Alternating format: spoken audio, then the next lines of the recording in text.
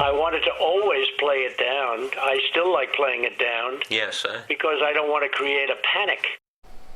There is new fallout at the White House this evening, this time after the release of explosive recordings from journalist Bob Woodward's series of interviews with President Trump.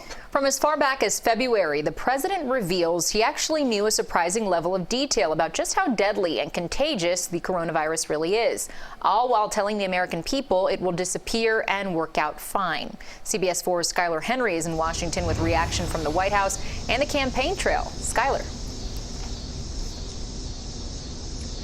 Lauren, Elliott, good evening to you. Well, the president is calling this new revelation a political hit job, despite having on-the-record conversations with legendary journalist Bob Woodward about these issues. Now, there's some mixed messages coming from the White House. Earlier today, we heard from Press Secretary Kayleigh McEnany, who said that the president was not downplaying the severity of the coronavirus. But earlier today, we heard from the president, who said that he was doing so in order to reduce the level of panic happening across the country. Now, this all comes from the journalist's new book that's getting ready to come out, and where he not only talks about the president's response to the pandemic, but other issues making headlines across the country.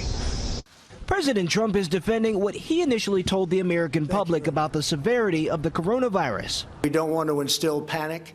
We don't want to jump up and down and start shouting that we have a problem that is a tremendous problem, scare everybody. But what the president was saying publicly back in February seems at odds with what he told journalist Bob Woodward in an interview for his new book, Rage, which is published by Simon & Schuster, a division of Viacom CBS. You just breathe the air. That's how it's passed. And so that's a very tricky one. That's a very delicate one. It's also more deadly than your strenuous flus.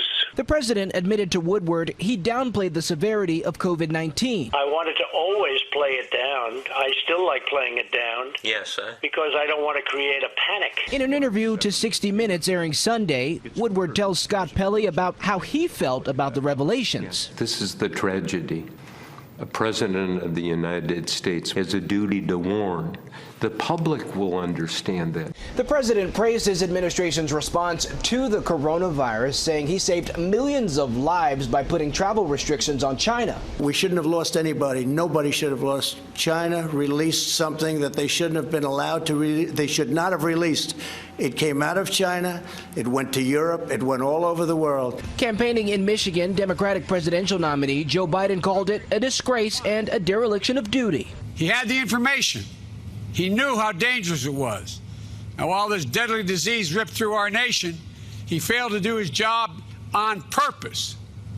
It was a life and death betrayal of the American people. Woodward writes that President Trump never seemed willing to mobilize the federal government, preferring to let states handle the crisis. Now, Woodward and President Trump sat down for 18 separate interviews, totaling about 9 hours or so. We're going to get the full look at what went on between the two in that 60 Minutes preview and the piece on Sunday. Guys. Skyler, thanks for that live report.